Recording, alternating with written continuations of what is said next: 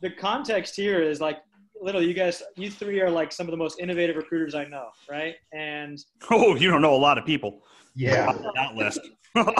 no, I mean, there's a lot of people that talk the talk or that are on stage talking about best practice and stuff, but like haven't worked a rec in 10 years and things like that, right? You guys are in the trenches, building teams, trying to replicate and train and clone your best recruiters or clone yourself. And how do you scale this thing?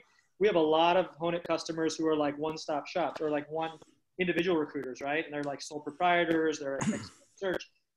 They would love to be able to hire one or two more people to take their workload off, but yet they don't know how to do that. That's tough. Going from 1 to 2 or 1 to 5, that's really tricky with whatever you're doing, right? Whether it's building software or scaling operations. And in the people business, I would argue it's even more difficult to scale yourself because, you know, you're now wanting someone to speak on your behalf and communicate with clients or communicate like, so, I mean, I see you guys as not only like leading the charge as innovators with tech and productivity and automation and things like that, but you are also building recruiting teams and still hiring recruiters and teaching them to do what you do really well. So I think like part of this is I'd love to just dig into that kind of stuff. I mean, you guys are who I see are still like innovators that are also recruiters. So maybe we could touch on that. Obviously, we want to talk on the kind of the state of the state. And I know you probably have had these conversations elsewhere on other cameras, but, you know, I think we're seeing a lot of layoffs, right? Like we're seeing a lot of people say, hey, can we take our subscriptions from, you know, 10 seats to 8 seats? We had to let a couple people go or whatever it is, right? And I think there's in-house recruiting teams that are affected. Obviously, there's trickle down to recruiting RPOs, you know, to agencies. So just kind of maybe what could we be doing in these slow times? We could talk a little bit about that. Like, how do you keep your team motivated? Do we have any side projects you guys are working on to stay busy and sharpen the sword during these slow times so that you're ready to kind of hit the ground running when the floodgates open? I think we could touch on that a little bit. And then maybe just, you know, what do you think it might look like a year out? You know, is this industry going to be look and feel the same as it has the last 5 years and 30 years, or is it going to look a little different? So I don't know, just my thoughts on some topics, the meaty subjects we could jump into if that. Well, first off, like the layoff bug is ravaged Atlanta. So that's where I'm calling it from. 72 was the number that I saw from local staffing agencies in the past 48 hours. You know, it's, you know, large entire divisions are going, and then managing directors in that business structure are not immune to it. It's unfortunate. It typically ends up being the top folks and then all the individual contributors along from that. I saw a really terrible stat on how many job openings are on Indeed for the company Indeed, and I think it was 0, if I'm not mistaken, of open roles for that organization. That company's been growing, you know, basically like a weed for 10 years. So when you talk about those specific ones, yeah, we're feeling it here pretty big time. It isn't a let's pause or reduce seats like we talked about with you, Nick. Yeah. This is we're going to cut, and we know we're going to cut deep. And we're probably going to cut too deep in a lot of organizations, and they're just willing to roll the dice that they're going to be able to scale themselves back up after this curve rebounds. I don't know if you all are seeing that as well, but Atlanta's been pretty tough. Yeah, Jay, I mean, you're in Austin. Indeed's in Austin. Are you feeling that? Are you feeling the trickle down or feeling some of that? I mean, somewhat. It's more, you know, it's some business as usual, but, you know, we work with folks that are like workforce management solutions, things that are actually frontline stuff. So we have some business as usual. And then we have some that are like, hey, let's pause until we figure out what the dip's going to be and when we hit the bottom, which I feel like we're really close to that right now. And they're optimistic about, you know, hey, when this is over. So we're starting to hear that vernacular within most of our clients as we're talking about hiring plans and kind of, you know, communicating. We're finding other things to do in those clients as well as like kind of map their organizations, figure out what hiring look like. And then we do have a handful of clients that are like, nope, done. We're pushing everything out till February next year, which I honestly think is the wrong reaction. And for many, many reasons is that whole, hey, let's push to February next year. You have no idea what February next year is going to look like. A shorter term plan goal there, like this year, and then maybe a sturdier plan for the following year is probably the way to go. So we've seen a mixed bag. There are some layoffs that are happening. I mean, we have some of the, at least in Austin, we have 3 of the major like restaurant SaaS companies that just were crushed, right? Compete, R365, Toast has some offices here. Yeah, we know Compete. Yeah. Yeah. So and they're declining years too. So it's just, for lack of a better term, I mean, like that's the immediate casualty that we're seeing there, and in some of the service industry, in the restaurant industry, right? I guess one of the other clients that we work with, kind of hand in hand, is Capital Factory, and so they're Texas' largest business incubator. So they were in 3 businesses, right? They're in startup business, right? So they have a fund. 2, they're in workspace, right? That business, and they're also in the business of bringing people together, right? Which none of that's really allowed. Yeah, they threw some serious parties in that Omni building downtown. Yeah. That was amazing. For sure. They've made some significant cuts, but the optimistic side of that, and I was speaking with leadership around Josh Bear the other day, and the first thing was like, look, this is actually a really positive thing for us, because we were at a capacity to where we're only going to grow as big as our space was, and we didn't have a contingent plan after that. Yeah. This forces them to get out of just the space business and more the real estate business and become kind of the virtual conduit for all things incubators. I mean, for Capital Factory, like they were one of the first dogs to the show, right? They literally came in with this incubator style workplace where, folks can collaborate and do that kind of stuff. They were first there. And so they get a lot of, questions from, the armed forces, Google, Facebook, of like, how did they set up their internal incubator and how's it running now? So now they're forced to think about like, how do we get out of that, and what does a virtual membership look like? What is, that kind of help? So, I mean, I think it's a little bit of both. Honestly, there's a lot of optimists out there that I think we've gotten to that point as a human beings where it's like, okay, this is new norm for a while. The shock and awe is wore off. People are starting to stabilize a little bit. And then you have the other people that are overreacting and pushing everything to next year, which I don't know, for some companies, some maybe not. Mike, what do you think? I mean, have some of the public announcements around funding and support and government assistance and some of that helped, kind of ease concerns around long-term, challenges here? You think that's helped at all, or what do you think? I think companies are going to do what they're going to do. I think the government support's great. I'm a small business owner, so like really great. But I think ultimately what's happening right now is less financially motivated for some of the medium and larger size companies, and it is a little bit more, whether it be fear motivated or, and I hate to use this word because it's going to sound negative and people are going to give me crap for saying this. So like, come at me. But I think they're being opportunistic with the ability to right size right now, right? Which is a cool phrase I heard recently. So I think what companies are starting to realize, or they will, is that they've cut X percentage of their payroll, right? They cut 25% of their payroll and lost 10% of their productivity, and realizing, oh, wait a second, maybe we don't need all this. Maybe X and Y and Z, can make up for that. And I think government assistance may help bridge that, that 10% gap in this example. And I think coming out of this, things are going to look dramatically different. That's an interesting. I mean, I teed this conversation up. You guys are 3 of the most innovative recruiters I know, but you're not only innovative because you try new tools and test things out and iterate, right? But you're still managing recs, but you're growing a team. You guys are all building recruitment teams and recruiting companies. And I think there's a lot to be said for that. So yeah, I'm curious if some of the companies that were willing to test new tools to see enhanced productivity will be able to potentially weather the storm, maybe recognize they don't need as many employees as they thought they did in the past. I know Tim and I were talking yesterday or the day before around, some of the productivity numbers he's seen with his team. And again, these are people that are new to recruiting. Like literally he finds people who are great communicators and well-spoken and easy to talk to and have great personalities, and then teaches them the basics around screening for recs and things like that, and gets them up and running very quickly.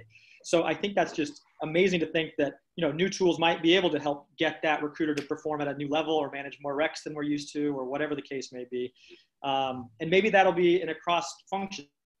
It's not just recruiting, but marketing teams getting better about marketing tools, finance teams getting better about new accounting software, whatever the case may be. So that's a really interesting insight, Mike. There might be this transition where, and that's kind of scary to think that we were hiring way more people than we maybe needed in the past, but we had never gave the chance of new tools or new tech or things like that because we were too busy managing people or whatever got in the way of trying or testing or piloting. So what do you think the symptom of that is? I think that's one thing we see with more nimble teams. Like,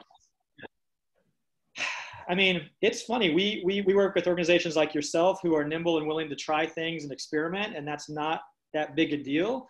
And then we're talking to other bigger organizations that like see value, yet just take 8 months to figure out who in their company would want to log into the system and give it a spin, right? I'm like, that's just crazy. Like we talk to people that have teams of innovation folks, right? Like there's dedicated innovation teams spending millions of dollars on salaries, but not spending any money on new tools. And I'm just like, or not experimenting. Like, I'm like, what? So I mean, that maybe there's an example of like, are you spending money on innovative teams, or do you want to just like test some new tools? Like, I don't know.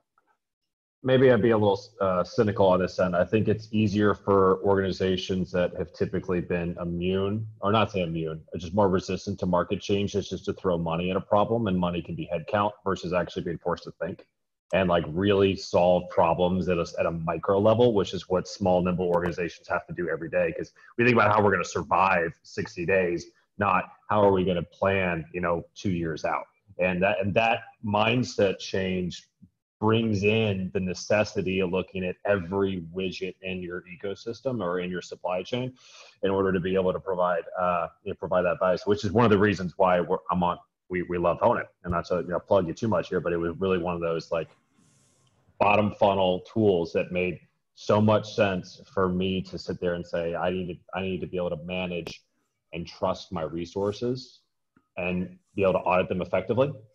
At the same time, it was built from a healthy skepticism that I just don't believe that people are doing everything that they say they're doing on a day-to-day basis. So maybe it's kind of a combination of my own cynicism on the day-to-day employee, but also kind of critique against the larger human nature. I mean, some of that's human nature. And I think we talk about remote recruiting or work from home and this kind of thing. I know we all have been working from home. I mean, Jay's got a nice office in the center, but I've been working from home for a little while. You guys are working from home. Yeah, there is less visibility and transparency into what people are doing. Even if they're productive, let's say, and hitting their numbers, you're always curious about how much work goes into that output, right? And when you're not sitting next to someone, there's a little more concern. I mean, Slack and some of these collaboration tools are one thing, but do you think remote recruiting, how will we make sure people are doing what they say they're doing and that kind of thing? Yeah, I mean, for our team, like right now, like we founded like our company based on like all the crappy and shitty metrics that other recruiting agencies put around and just drive, right? So there's like, oh, you have to be on the phone this many hours, you have to make this many calls to equate to this many, and so we started out like, hey, what do you want to make this year, right? And then we worked backwards. And Mike's having worked backwards with these guys and just, hey, kind of plan out exactly what they wanted to make and just chart a path, right? So hands off on the metrics and productivity. It's like, what do you want to do for yourself? As far as like the downstream client stuff, I mean, for us, it's very visible because, I mean, we use this stack that just really tells the truth, right? It's got all the analytics on the back end. It tells when, folks are logged in. It just gives us a window into going, okay, well, this person hasn't, made the effort, right? To actually, to meet their goal, not just like what we've set forth and saying, hey, we need X amount of, candidates or prospects in this pipeline by X. We don't really have to do that because we already know, like we try to work close to the money, which is one of our things. So I think the average out there. What do you say? No, I was just saying I like that you're having them set their goals, and then you're kind of reminding them that you're not going to remember that goal you talked about making 10K this month or whatever it was. Like you're probably not going to get there based on this trajectory or whatnot. Yeah, it's not my fault. So right, a little bit. But I mean, like the problem still exists is like productivity. Like, can we define that? So our entire organization is literally built on supercharging humans, right? Like at the end of the day, it's still a very humanized world. I agree with Tim on a lot of that stuff. It's like the productivity. I think the metric there is like 17 minutes of every hour is wasted at the office or whatever. That's probably the same at home. I mean, we can all speak for this. Like your home chores, like if you're working at home, they don't go away. You just schedule them in your day. It's like you're still taking out the trash. You're still homeschooling right now, which is a whole new level if you got your kids. Yeah. It's just more of a, people say work-life balance, and it's really that. It's like, how do I integrate my work into my life now that I'm trapped at home? Right. So I think productivity is completely changed, and our vernacular is like, okay, screw work. What can we do just with the 12 hours that we're up today? Right. Yeah. Yeah. And spreading things out. I mean, saying, hey, these 3 hours, I'll be on the phone. These 2 hours, I'm taking a break to watch the kids where my significant other has to run an errand or is doing something, for themselves. And yeah, I mean, scheduling gets very interesting. I think some of these scheduling tools, we're going to start, that all becomes more important when you start to integrate work and home life. We'll all be there for the next few months, probably in some sort of a hybrid environment. We talk about like, how do you replicate your best recruiters, or how do you clone yourself or scale yourself going from one to multiple recruiters on your team? You guys are all going through that, and I think if you look at the recruiting funnel or the work that we do, there's the sourcing bit, right? And you guys are all using innovative tools to help on the sourcing side of things to be more efficient and be able to replicate or automate some of that stuff. Like there's other steps in the process downstream where you want to help automate.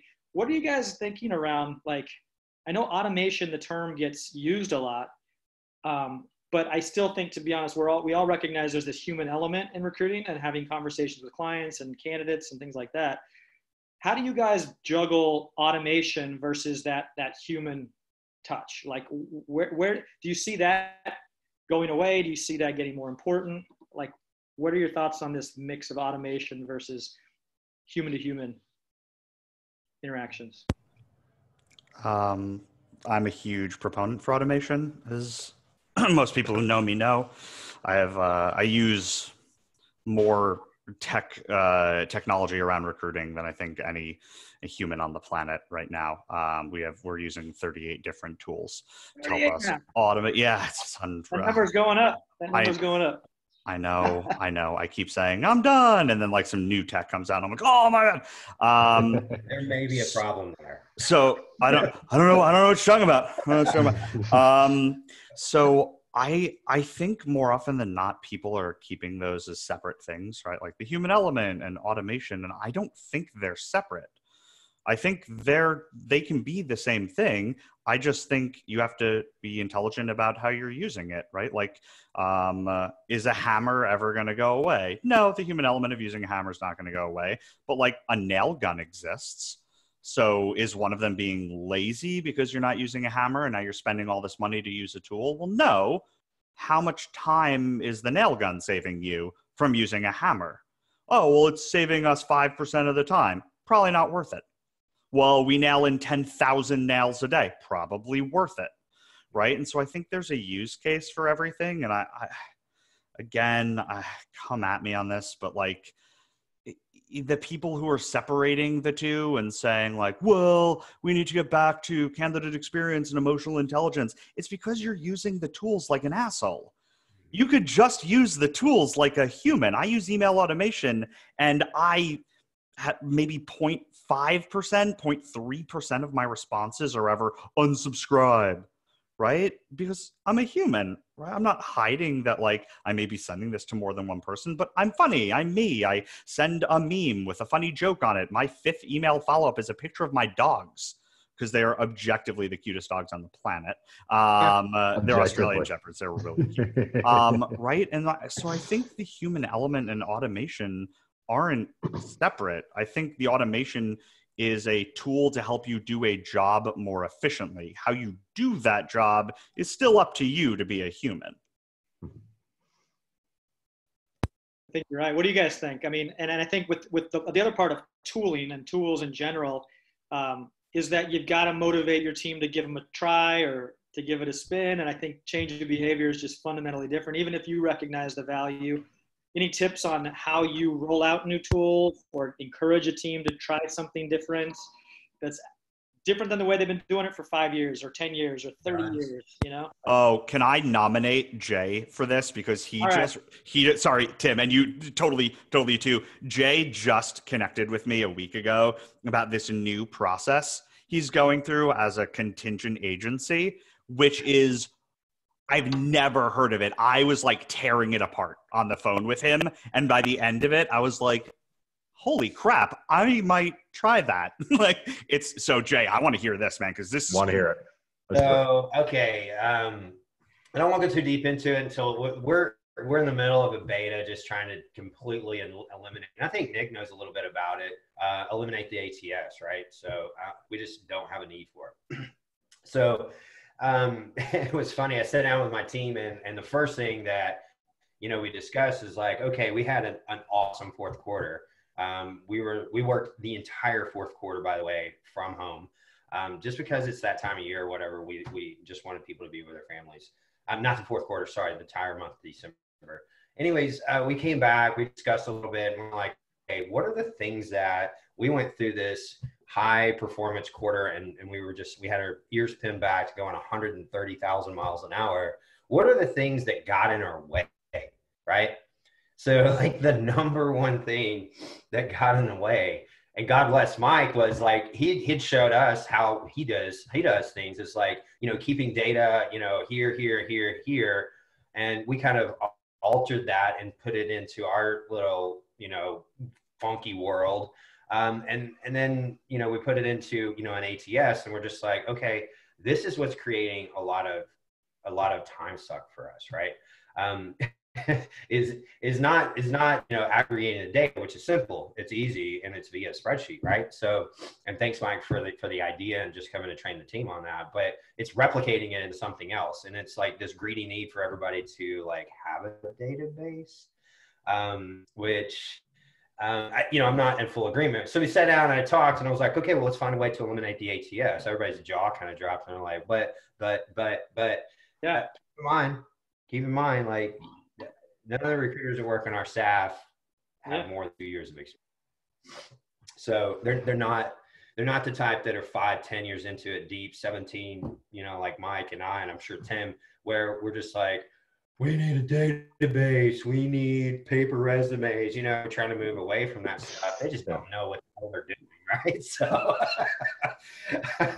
So we're able to kind of stop. That's an advantage, though, in a way, right? That's an advantage. They don't come with all that let's say, baggage around this is how it's been done, or this is what's expected, or right. So all of that. I mean, it's a new way. So I mean, it's easy. I mean, for us, it's just like, where's the biggest time suck? We're in a period right now to where Talent Robot is like super agile, right? So we have baseline processes, but we don't have over bureaucratic processes, right? Oh, you got to check this box before this. It's all downstream client facing stuff that, hey, what can we put in front of the client to help their emotional decision better when they go to rationalize the data? That's the entire platform itself and what it looks like. So I reached out to Mike and I was like, dude, you got to call me crazy, call me out on this. And I talked to you, Nick, same thing. Like, hey, what do we do? We're going to go down this path of eliminating ATS and using, another tool as a tracking tool. And Mike sat on the phone with me for a while and was just like, well, how the fuck are you going to do that? Okay, like he's shooting on it, right? And he Mike's was so right on a old lot. school. Mike, you're so old school. That is a direct quote. Batman. No, Yeah. that's the thing. That's the first person I called, right? I pushed a little bit on your product, Nick, and then I called Mike, and I was like, it was listening to Mike self-correct. He was like, but you can't do this, but yeah, you can. You could do this, and you could do this, so you don't need this, and it was just listening to Mike have a conversation with himself, really. Yeah. He was like, awesome. oh yeah, you can do this, but you can't do this, but yeah, you can do this. Oh well, shit, I guess you don't need it. So we're kind of we're headlong into the wind right now, running a beta test with another product, using it as an ATS, and that provides us a little bit more functionality on the front end where clients can see more data. And it's fun. So it's all about like positioning it, right? Positioning it the right way is like, I'm a proponent for change. That's a super hard environment to work in. And so your peeps got to be down with change too. So it's like when you enter the door, it's like, we have this, this big thing on our wall. It's the habits. It's our actual, values. And, it's habits is the acronym for, in love with the entire human race, accountability, boldness, technology, intelligence, and just, truth, all of it. Right. And before we hire anybody, we have to say, look, if you get comfortable around here, just wait a couple of weeks. Right. Mm-hmm. So it's like just a culture. It's a culture, man. And to sum it up. I can qualify that because we're all on the same page here. I'll be probably a little harsher on this end. I don't hire experienced recruiters because I don't want to have to unpack their bullshit. Like I just, because you don't come in with these preconceived notions of how you should feel or do your job, I am able to mold you in the way that I think is best use case for how we operate as a company. It may not work for most companies, but it works well for ours. Now, what's really fascinating is that one of the use cases for our business is that we go in and redo a tech stack for organizations. So for their talent tech stack. So it is full evaluation scope. And I have found, and this is exact feedback, we uncovered call it X leads. It was a little over 1,500 or so of untapped, undiscovered and untouched candidates from different ATS systems, internal and external, that their recruiters were missing that would solve their talent hiring needs for 3 months. All right, just knock it out. Hit that list in the right way. With your right campaigns, do your right follow-ups, humanize it the best you can. And they looked at me and said, that's a lot of work. And in my mind, back in my mind, I was like, that's why you're hiring me. Because if your feedback is it's a lot of work, I've removed most of the roadblocks for you for 90 to 120 days while we go introduce new programs, systems, processes to let your whole organization go. And you just tell me that's too hard. Now, what it was they had to actually learn a new fluency, which was campaigns, how to build them, how to manage them, how to nurture them, and how to convert them over a life cycle. Marketing and sales kind of 101, but they're old school recruiters on this, and they're just used to clicking, here's a list of applicants, here's a list of source folks I pulled from one source called LinkedIn, whatever it may be. And so, 9 months later, we're wrapping up our gig on this end. We've outperformed their entire organization by 3.5x on a minimum, and my resources are being paid 1/5 of what they're paying their average recruiter. Why? Because they don't have any of this information of like, this is what my job used to be or what I should be doing. So it's for me, that's the whole bread and butter, is that the commitment on our side is kind of like you're talking about, Jay, with culture here, is I'm going to introduce stuff that's just going to break my own bias every single week. Your job is to challenge me, because if I can't defend it, then it's not real. If I can't give you a rational reason why we're doing this and with the actual data, then we don't need to be discussing it. Because if I'm just telling you this is the way I used to do it, I mean, the most expensive words in business are right there. So it's interesting you brought that. Tim, some of the data you showed me the other day around your productivity and the time on the phones, ratios of screens to submittals and submittals to onsites and onsites to offers and hires was just really impressive. I mean, and again, I'm thinking about those are incredible numbers for anybody who's been doing this. And in my mind would, be an expert in their field. These are folks that have been doing it for 6 months, right? Less than that. Less than Our use case is 30 days or out. If you can't replicate a mid-level recruiter within 30 days, just from a data perspective, not from a fluency, the ability to close, nurture those relationships, that's something that's going to be taught and learned. That's one of the things that we spend an inordinate amount of time on is side-by-side screens. It's not here, pick up a phone and just figure it out. It is here's how you're going to guide people through all of your conversations and tell the story effectively. But if you can't do that in like 30 days and replicate it with our stack that we have, like not 38 tools, man, I actually am really curious because I thought I was a little nuts with 12, but 38 just makes me feel like I'm in like junior leagues here right here, guys. I love it. I really want to understand more, but no, that's it. Question on the tool stack. Do all of your recruiters need to necessarily know all 12 or all 38, or do you help with, like, you might set up the campaigns, you're the expert on a few of those tools to build the funnel. And then as candidates say, yeah, sure, I'd be interested in learning more. This is their box. It is literally like you have these 3 things that you do, and then we'll add more as you grow into the field. But like, I don't want to overwhelm them because if we give too much green space on this end, people will spin out of control. And it's very methodical. We'll introduce a 30, 60, 90, 120, kind of a progressive little look at it. But again, most of these kids don't even know what recruiters are before they sign on. And I'm not going to talk to them about email or automation, integration, campaigning, nurturing. Those things are just going to fly over their head. So it's build a great relationship, be awesome to them, treat them as best as humanly possible, and make sure you over communicate at each stage. And that's I just broke it down. It's 30 days right there. But I don't know, what are your thoughts, folks? We're in a little bit of a different boat because of the way that we work. So we don't do contingent work. We are totally top of the funnel sourcing. And part of what my dream is on my side is to create a company built around, super advanced sourcing and data techniques and industry altruism. So my guys have to know every tool we use. And we don't use all 38 we have access to 38. We probably use like 20, 25-ish.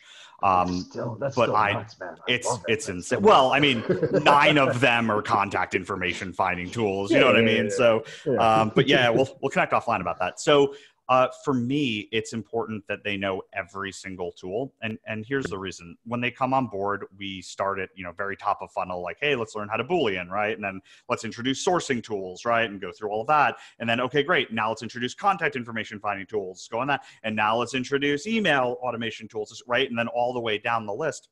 And the reason I want them to know all of them is part of the requirement for working for me is you have to be either a thought leader, an influencer, or a contributor to the space. So like, I also only hire new blood. I don't want to retrain people. And I think you're the same, Tim. You kind of alluded to this is I want people who don't think the same way that I do because I've been doing this for so long. I want people who look totally objectively as not as recruiters, as just humans going, why do you do that?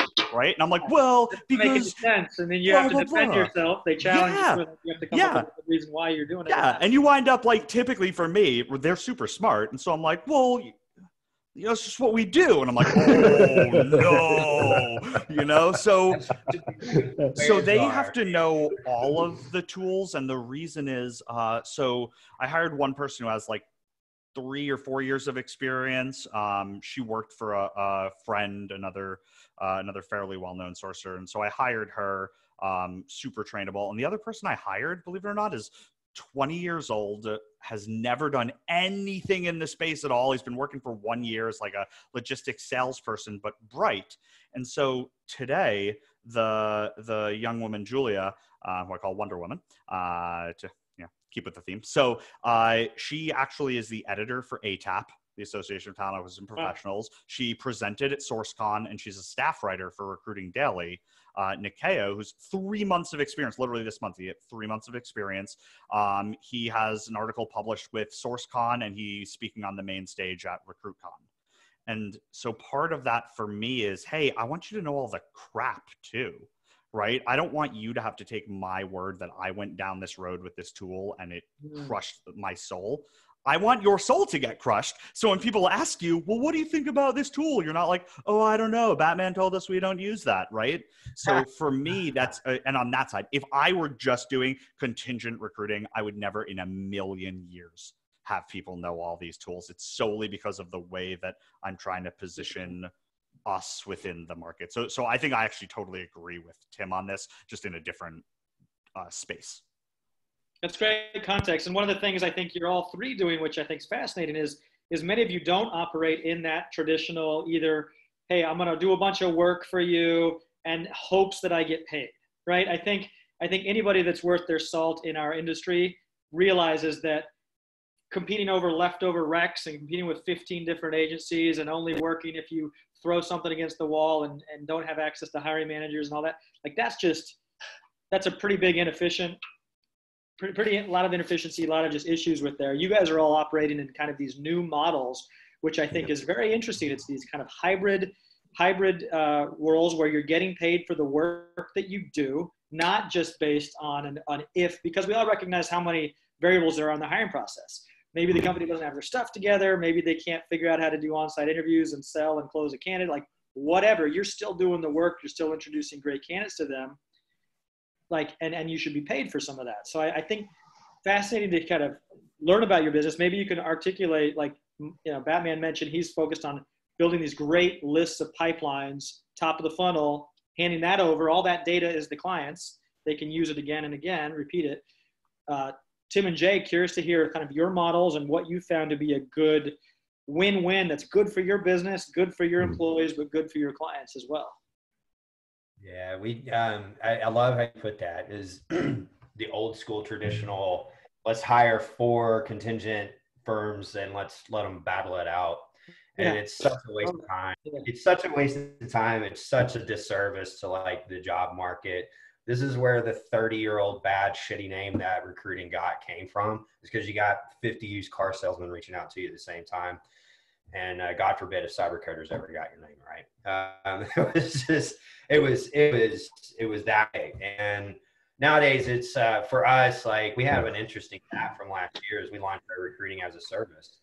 And for us, it was like we have to be kind of a contingent shop, and the only way that we do a contingent rec is we require 30 days of exclusivity. If we can't get on that path and they've already enlisted another recruiter, they have to let them go, right? And it's like, okay, we're kind of the white glove when it comes to that. But last year when we launched recruiting as a service, it was pretty crazy. We launched it March-ish of last year. I can't remember the exact date. So we pulled the numbers, we did our year end, and 64% of the clients that came to us in contingent ended up in our service, which was staggering. The service was 48% of our revenue, which for something that was only live for 3 quarters, and contingent money, by the way, is a lot of money.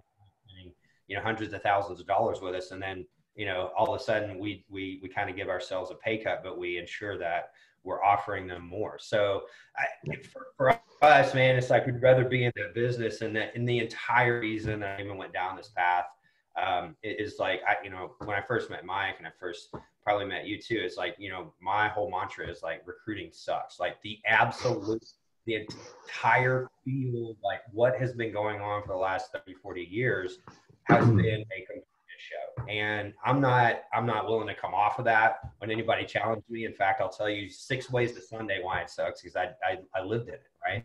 Yep. And what we're trying to do is we're trying to offset that by saying, here, client, you give us a little bit of a commitment, which means you're going to pay us monthly. We're going to work our asses off, give you access to a world-class technology stack, and give you a supercharged human recruiter that is sit on your team and outperform 5 of your best recruiters. But you're going to pay us monthly, and that's how that's going to go. And it works out really well because we're paying 1/3 of the cost of a contingent rec, right? People are like, okay, well, this is a different flavor. And, the initial part of it's like they'll sign up for 3 months and they're like, okay, so what if we did 9?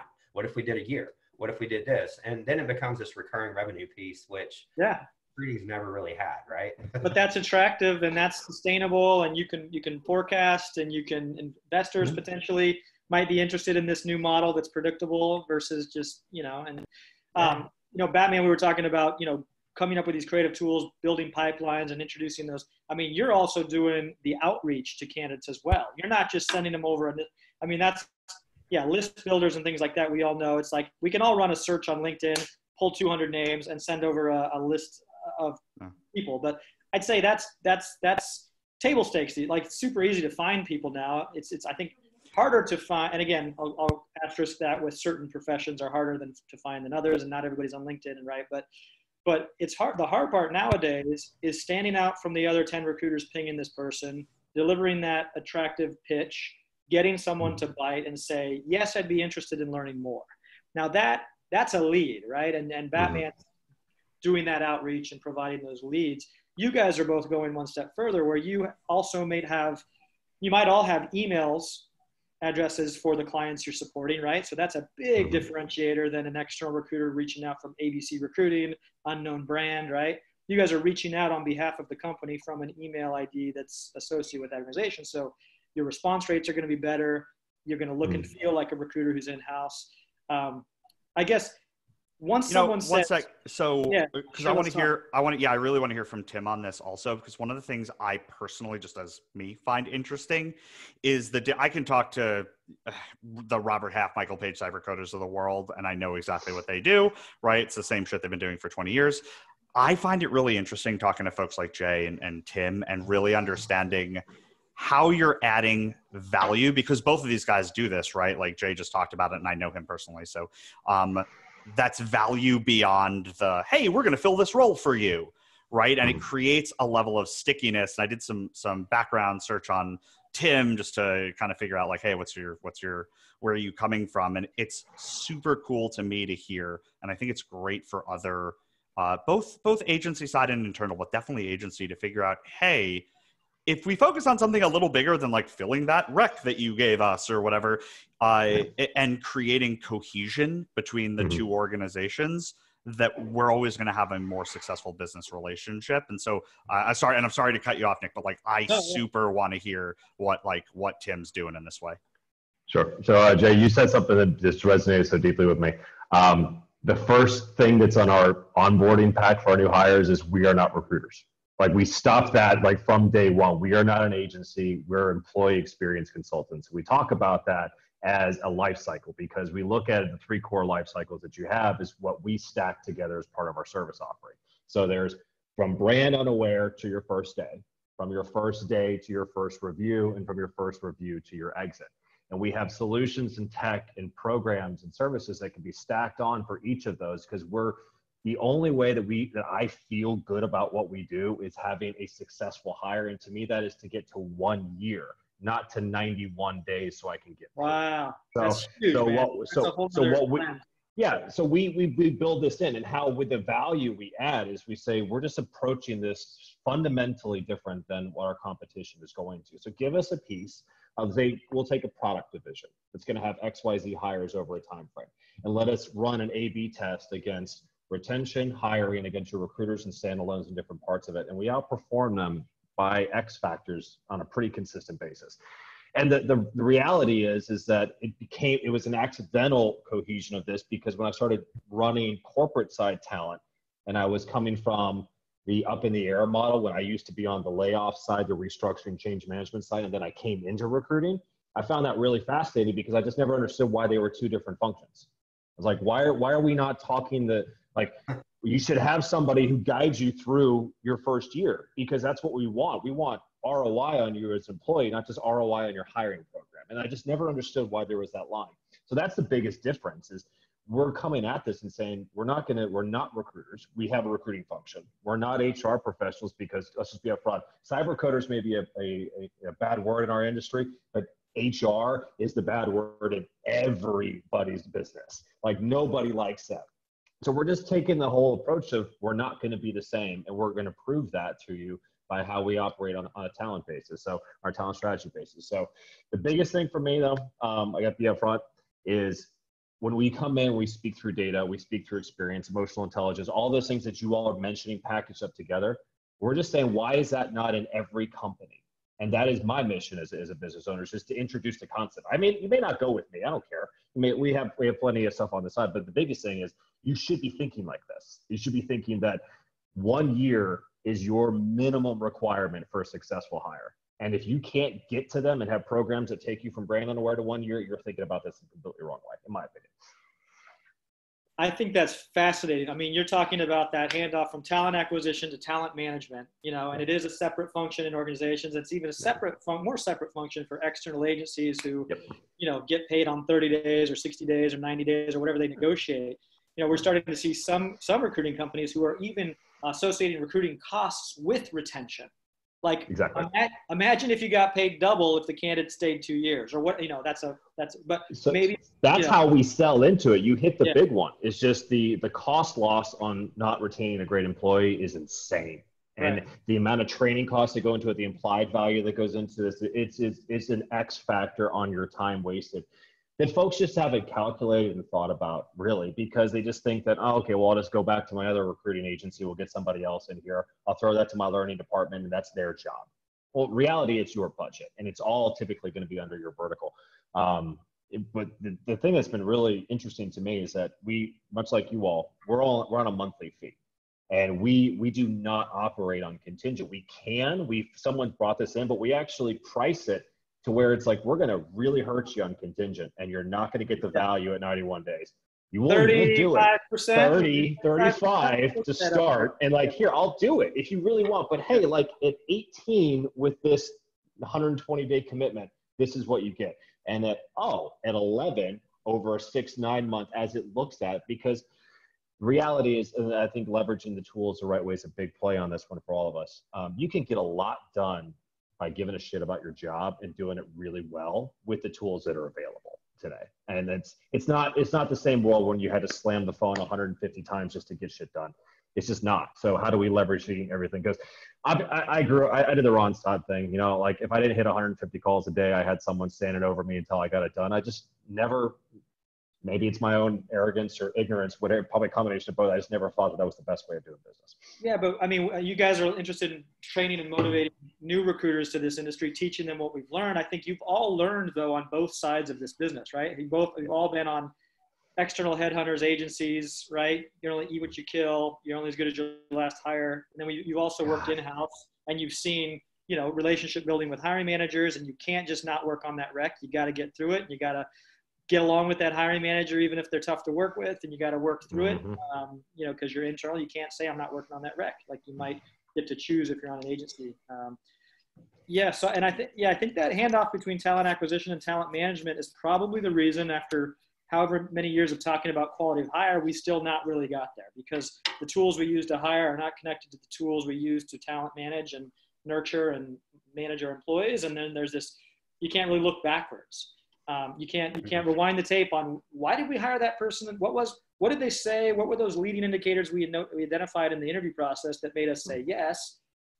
Well, okay, great. They're a rock star. Let's rewind the tape, figure out how they answered those interview questions and replicate that. Or, wow, this person left our organization in 4 months. Like, what did we miss? Where did we go wrong? Like this idea of, 5 hours, 6 hours of interview conversations that hasn't been captured. You can't look back on it. You can't figure out what may have gone right or what gone wrong, what went wrong, So I think this idea of, like, to your point, quality of hire, to be able to ever get to that, not only do the systems need to connect, but I like Tim's point is that the people might need to stay involved. Those recruiters who helped hire that person, maybe they stay involved with some of those hires and do a little more into HR for those people that they placed. Dude, I can't think how many people I've talked off the ledge. I mean, Tim probably too. I know Mike too. It's like, I know, okay, yeah, what I told you 30 days in, it's getting there. Like, work-life balance is something you create. It's not something you're given. Give it another, 30, 40 days. And they set in, right? And they set into the ways. And I remember, like, my last corporate gig, I literally begged for the talent management piece, right? So we worked it out to where I was pretty involved, for the attrition piece and just kind of doing some metrics around what that looks like, right? Is we had like these core values, and one of them was literally like no assholes, right? And we literally exited people like in their first day. It was no joking. Like we literally hired somebody. That person went in to our SVP of operations and just started kind of rolling their eyes and doing that. And like, I went in and I was like, look, we need to talk to you in this room over here. We pulled in our HR leader. I said, look, this isn't going to work out. Right. And we made decisions like that. And I think, you know, to Tim's point, the talent management side of things is it's so much why the contingent world right now in like recruiting is looked down upon. It's like, okay, I'm going to pay this person $20,000 to go find me a developer. They're going to be in it for like 90 days. And then, you know, if this person works out for a year, that's great, minimum, like you mentioned, them. But, you know, what about next year and the year after? So if you do math, 1 + 2 + 3, you know, over the course of a year, you could spend $60,000 on one head if your minimum is a year, right? So I'm no math major. I don't think anybody here is. I know Mike's really good at it. But at the end of the day, if I'm spending $60,000 on 3 years worth of employment, there's a problem, right? And it was funny. The last engagement that I went on, and I swear it's my last one, I'm not going to do it anymore, is like building out talent acquisition strategies and tool stacks and things like that. It's hard to do right now. But they were spending $645,000 a year. It was a $180 million company spending $645,000 on fees, external fees. Yeah. Wow. Yeah. So I mean, we went in, we sold them the service, and they roped me into like building out their stack, and we did. And like, you know, they're ready to go and fire ourselves, right? So, you know, that'll come back in some way. I just think there's just so much more that there's so much more value than just going, okay, here's your developer, where's my check, here's the 91st day, peace, call me when you're in a bind again, right? And Tim, I bet, Tim, when you have those programs that actually stay in touch with the people you place and you're like checking in with them, or potentially, you know, I don't know if you're sending net promoter scores or how you feeling, thumbs up, thumbs down, just quick surveys, things like that. But like, I would imagine that would lend itself well to referrals for other recs that you're working on.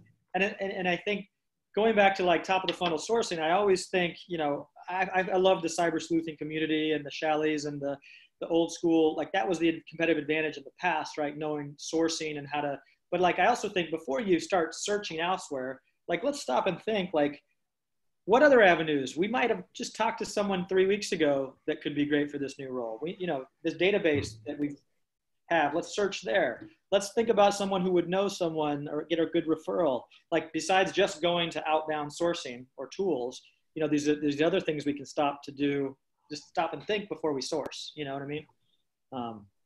But that's probably a great channel, you know, having stayed in touch with the people you place. Oh, it's huge. It's huge. You know, the number, and it's aspirational, folks. I'll be upfront with you, but the numbers that I want to see, and I've seen achieved only in some of the like top tier culture companies I've worked with, 40, 40, 10, and 10. 40% of your hires coming from referral. Mm-hmm. All right, 40% coming from secondary, tertiary. We saw an advertisement. We saw some form of brand. We wanted to get there. We came inbound. 10 on internal recruiting, outbound, going and getting folks. And then 10 from different sources and varieties as you get there, okay? That's really hard to get to, but I've seen it in practice. And I've seen these systems get rolled out, because here's the reality is that we all know this, is that if you grab a great dev, say like a top 50 off of Git and for a particular skill, they know 1 through 49 and they know 51 through 100. And if it's someplace that's awesome, all they have to do is say, I don't hate my life. And you have 10 great folks in your queue. And that starts with the rapport you build on the first conversation, all the way through to that. And when you pass them off to some internal HR person, that all of that brand equity you spent your ass working up to is gone. You just murked every bit of the EQ value on typically light EQ folks. So sometimes with the dev, let's just be honest here, like you got to pull that across. And if you can't, if you hand it off to someone who has no emotional connection to this person, honestly doesn't give a crap about them at all, you've completely wasted the function, which goes back to YJ's point. That's the reason why we have this really crappy brand out there as recruiters. That's why we're not, and my company specifically is not saying, we're just not, if you say recruiting, even in our referrals, I have when folks will come in and say, hey, we want to write you a great story about your recruiting agency. I'm like, we're not a recruiting agency. Like, stop it. Like, we've worked with you for 6 months. You've heard me talk about this shit for hours. Stop it. So like, this is going to take some larger tectonic shifts from folks on this call to help kind of rebrand us, because quite frankly, 98% of the market force out there is killing us, or it gives us really good jobs, but it also it hurts the brand long term. You talk about the handoff from external recruiter or partner or employee and experienced consultant to an internal internal partner, let's say a corporate HR recruiter. But what about the handoff internally within your agencies? I think that's also, and it's different in big companies like a Robert Half, where you might have a sourcing team and a recruiting team and an account manager team. Sure. You got to kind of get through the communication of that to get everybody online to submit a candidate. But in say smaller teams, are you separating the folks doing the sourcing versus the people talking to the candidates versus the people submitting the candidates?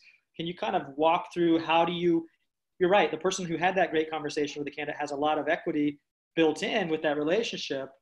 Are they taking them through submittal, or are you handing them off from sourcer to say recruiter to submittal? I can speak directly to that. I mean, if and I was talking with Mike about this the other day too. It's like, tell me if I'm wrong, but for us, we're getting to a point to where it's like we have folks that are really good client relationship managers, really good with prospects and getting them across the line, and just high EQ, like, folks that you just want to put in front of other people, right? And that the bandwidth that they have when you couple sourcing, I think right now we're like 26% of their week is spent sourcing, right? Which typical average agency, I think, is like 40 to 50. But now they spend a lot of time on calls and things like that. So we've actually looked at the model. I pinged Mike and I was like, what do you think about, like, we have this tool stack that is really, really, it shares a lot of information. We're able to see a lot of, metrics and different things like that. We're thinking about maybe looking at a model to where we make us like a 24-hour shop, right? So thinking about this, it's like we utilize folks in another country that just do the sourcing, put together the prospects, drop them into pre-made campaigns, and then we come back and we calibrate with them, and at the end of the day, our talent acquisition consultants are able to go, okay, this is right, you can continue on. They drop them into a sequence that they wrote, like the talent acquisition consultant wrote, and off they go, right? So it just kind of makes us a shop that's 24 hours, therefore taking the time to hire down a bit, but also putting the right people on the phone with those, top 50 developers, right? And not like, I almost went to a bad place, but, and not somebody that is just, the Ricky the recruiter, right? Like, I think we all used to be at some point. It was like, hey, you need a new job. This is a great place to work. It's like we're providing data on both ends. We're providing data to the candidate as much as we can, or the prospect at that point. And to the client, we're doing the same thing. We're providing a lot of data so that we're just easing the sting of that emotional decision that they'll actually make in the future. So we're actually toying with that, and it's something we've got kind of on pause right now until we figure out a few things. But I'm 90% positive that we're going to go down that road. What about you, Batman? Do you? I mean, you're still talking to some candidates and screening them. Is there a handoff, or are you guys kind of seeing it from sourcing to? You aren't gonna call on me. I have really strong opinions on this. So we're not differentiating, because we're a company of 3 people, and we almost 98% of our time is all sourcing. That's literally what people pay us for. So screening candidates doesn't happen a ton, and when it does, I'm like, guys, let's do it. We use Honeit, right? So like all our stuff's recorded anyway, so we can share whatever we need to, and that way we don't have to worry about like, well, did you get that data? Like, you ask the question, the data's on the call, I can find it if I need to. For me, when I'm talking to clients though who are figuring out their internal setup, I am super opinionated about this, and I'm happy to go toe-to-toe with people on this, but there should 100% be a separation between sourcers and recruiters. they are different humans. Their brains work differently. They like different things. They think about problems different ways. A sourcer is a researcher, right?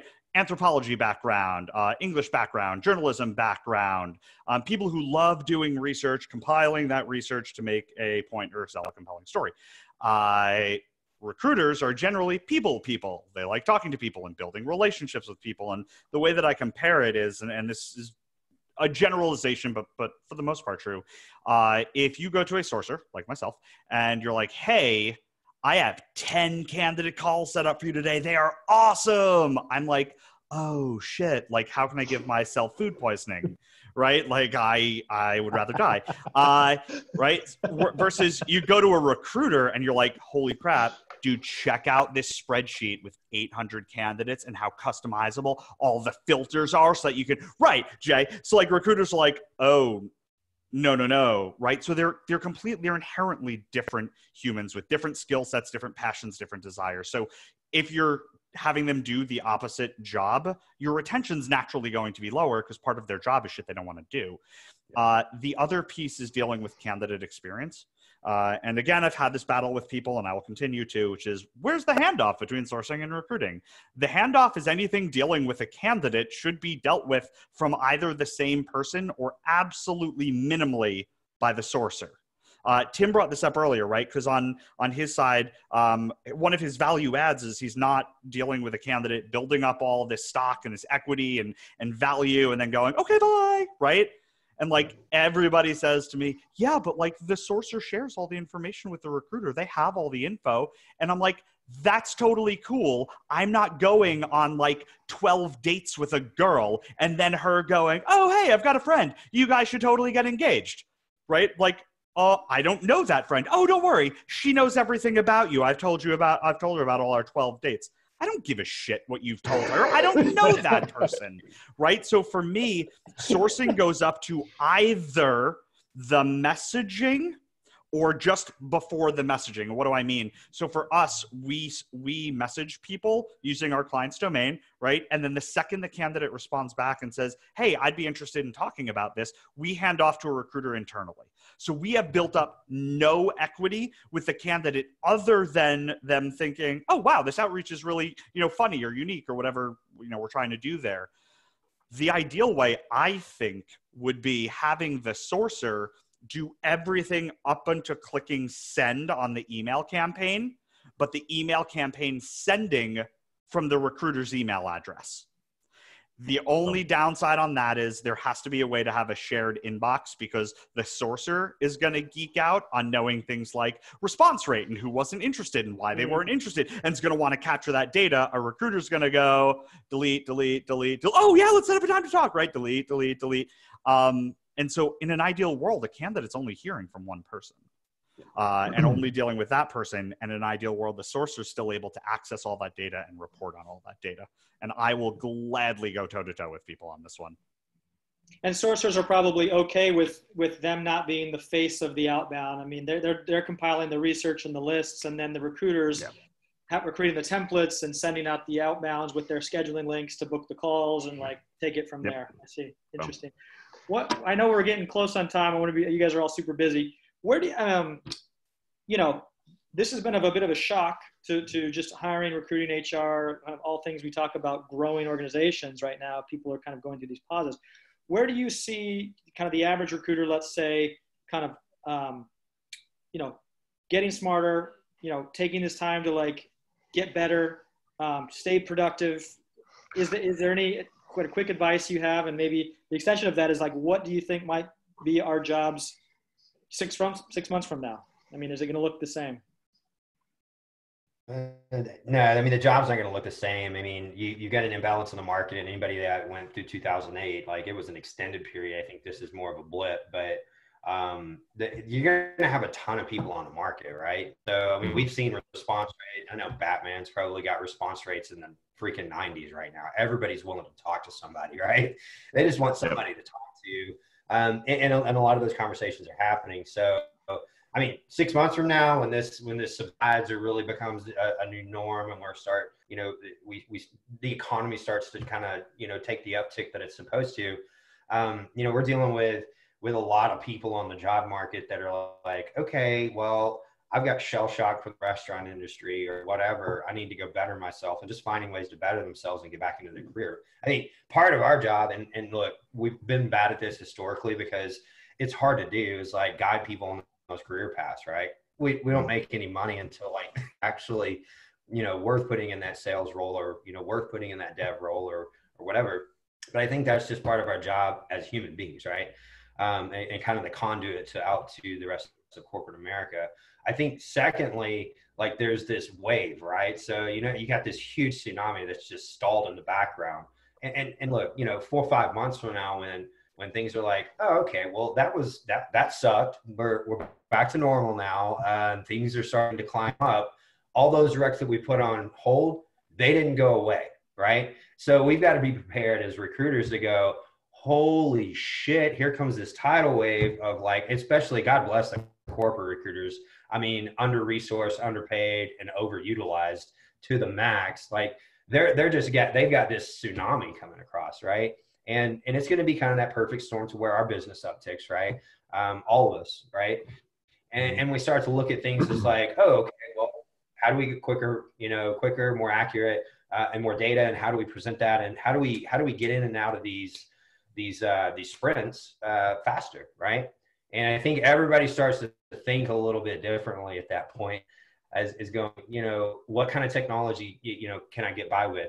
I still talk to recruiters today. I throw the Honeit thing out there, and I had a comment that was made, and I literally just wanted to cry a little bit. I was like, look, I've got this little piece of technology that you don't have to take notes anymore. You don't have to do stupid write-ups. You can just pass a link on the phone call over to your hiring manager that can piece it out and actually listen to the parts of the phone call they want to do. Oh, well, I wouldn't feel like I was working if I wasn't taking notes on a call. I'm like, oh, dear G. So we'll start to see the cream rise to the top of the people that like Tim's doing, what Mike's doing, Dean, the rest of the gang, that they're just better at what they do and how they spend their time, right? It's literally about, Mike's had 38 tools, but like realistically, what's he using during a day?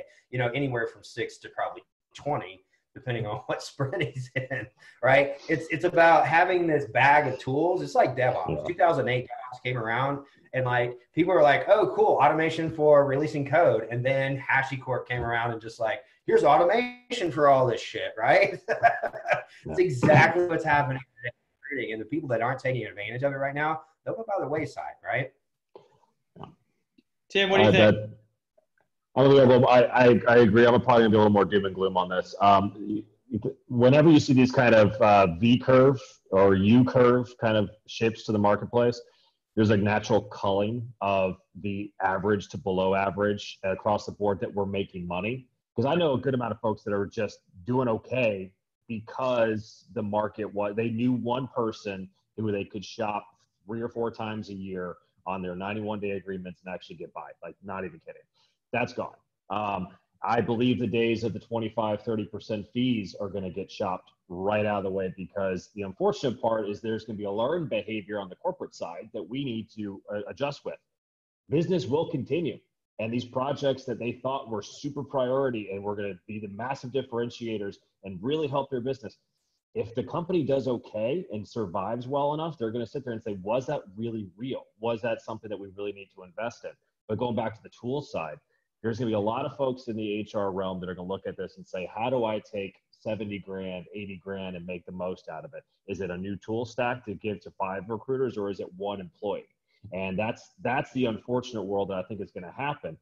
There are companies and organizations like the folks on this phone, we're going to do better because of it after the market shifts back, because they're going to say, wait a second, we can give this entire vertical to this company, or we could take off this massive cost center that won't take time off, that doesn't get sick. The automation works beautifully, and by the way, it was better than what you had before. So I think that there's going to be an opportunity there. But the unfortunate thing, I'm just going to be very direct.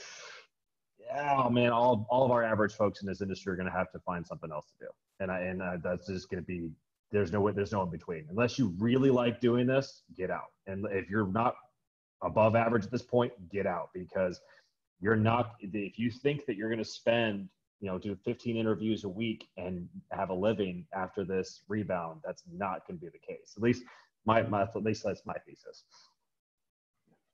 Batman, any final words on the future? Bring some positivity in here, man. Sorry, bro. Oh God, I'm actually probably gonna be the worst of all three. Yeah, when Tim was going, I was like, oh yeah, please be like super shitty and negative. But he wasn't actually. I held it back a little bit. Yeah, don't worry, I won't. So for me, and this sounds messed up, and so for anybody who's hurting during this time and struggling and everything, I want you to know, like, I pray every day for the people who have been hurt by this, and I'll continue to. As a business owner, I'm super grateful for opportunities like this because, as Tim said, this is a market culling. So all of those people who were used car salesmen that happened to just sell people in the recruiting industry, they're gone. And I couldn't be happier about that because one of the goals of my company, it's our mission, right, is we want to make it that when you type in recruiters are in Google, you're not getting the like terrible statements like scumbags or used car sale, right?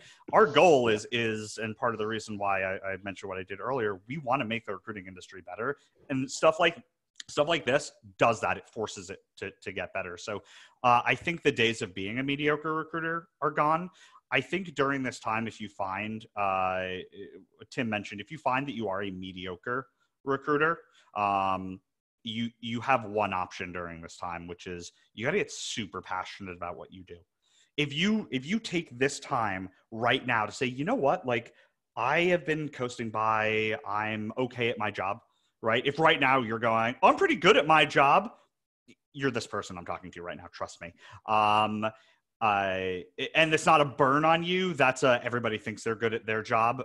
If you really think you're good at your job, you're probably not. Dean DaCosta still says, he has no idea what he's doing, and he's probably one of the forefronts in the sourcing world. So if that's you, use this time to become a member of this community. To grow yourself, but to grow yourself not with the idea of making more money. Grow yourself with the idea of getting better and wanting to be really, really awesome at something. So if you're thinking, how can I do this so that I can make more money in the future? Go switch careers, be a salesperson. You'll do great, or shitty. I don't know, but don't be a recruiter. Go sell HR tech, baby. Boom, Workday, always hiring.